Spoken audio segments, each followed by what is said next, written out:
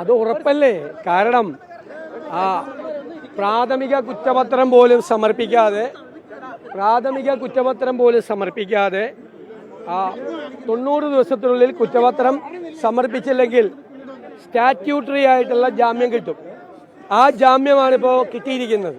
ആ ജാമ്യം കിട്ടാനുള്ള അവസരം മുഖ്യമന്ത്രിയുടെ ഓഫീസിന്റെ പിന്തുണയോടുകൂടി SIT ചെയ്തു കൊടുത്തിരിക്കുന്നതാണ്.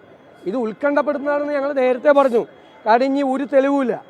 ഇനി ഇവർ പുറത്തിറങ്ങിയാൽ എല്ലാ തെളിവുകളും നശിപ്പിക്കാനുള്ള രാഷ്ട്രീയ പിൻബലമുള്ള ആളുകളാണ് ഇപ്പോൾ ജാമ്യത്തിൽ പുറത്തിറങ്ങുന്നത്.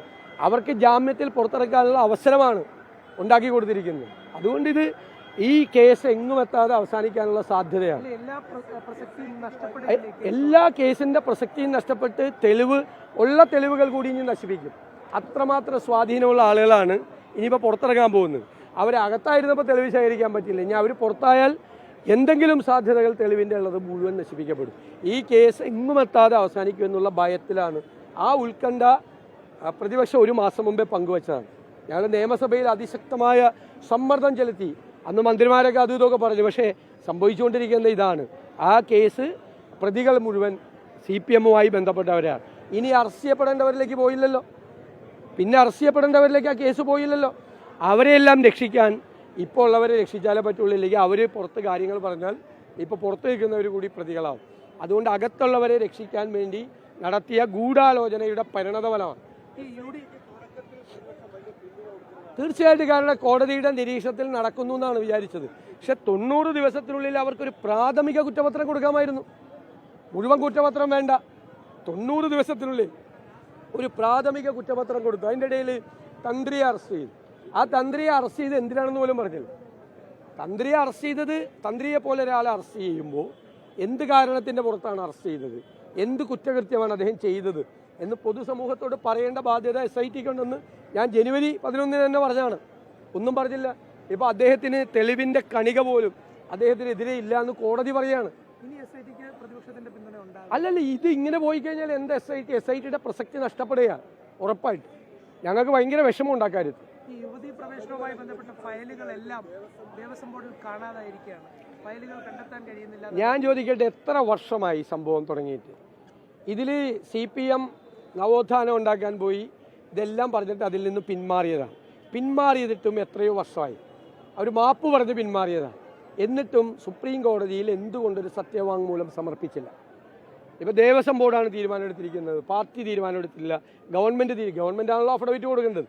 ഗവൺമെൻറ് അത് കൊടുക്കാതെ മനഃപൂർവ്വമായിട്ട് വൈകിപ്പിക്കുകയാണ്. ഇപ്പോൾ നവോത്ഥാനം ആണോന്ന് ചോദിച്ചാൽ അതുമല്ല, സ്ത്രീ പ്രവേശനത്തിന് അനുകൂലമാണോന്ന് വെച്ചാൽ അതുമല്ല. അമ്മാത്തുനിന്ന് പുറപ്പെട്ടു ഇല്ലത്തെ എത്തിയിട്ടില്ല എന്ന് പറയുമല്ലോ പണ്ട്. അതേപോലെയാണ് ഗവൺമെന്റിന്റെ സ്ഥിതി ഇക്കാര്യത്തിൽ.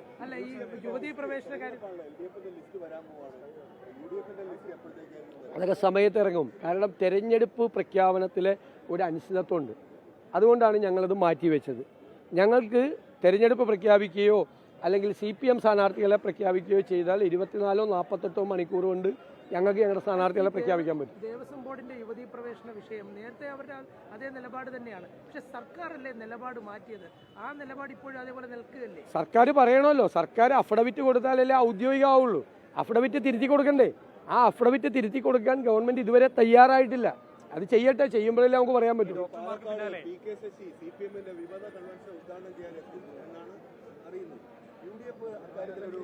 അല്ല, CPM ശിഥിലീകരിക്കപ്പെടുകയാണ്. LDF-ഉം ഞാനത് നേരത്തെ പറഞ്ഞതാണ്. ടീം UDF ഇങ്ങനെ നിൽക്കുമ്പോൾ LDF ശിഥിലീകരിക്കപ്പെടുകയാണ്.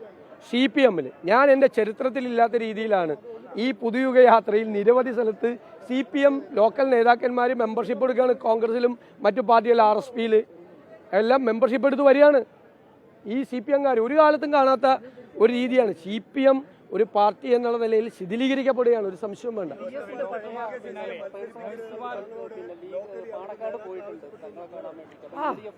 അതേ UDF-ലേക്ക് വന്നല്ലോ. അതേ UDF-ൽ വന്ന് ഞങ്ങൾ സ്വീകരിച്ചല്ലോ പാലക്കാട് സുരേഷിനെ. അതിനെന്താ പ്രശ്നം?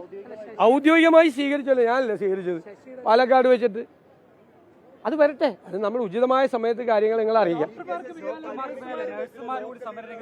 ആരോഗ്യരംഗം 1.5 കൊല്ലം മുമ്പ് ഞങ്ങളാണ് പറഞ്ഞത് ആരോഗ്യരംഗം വെന്റിലേറ്ററിലാണ്.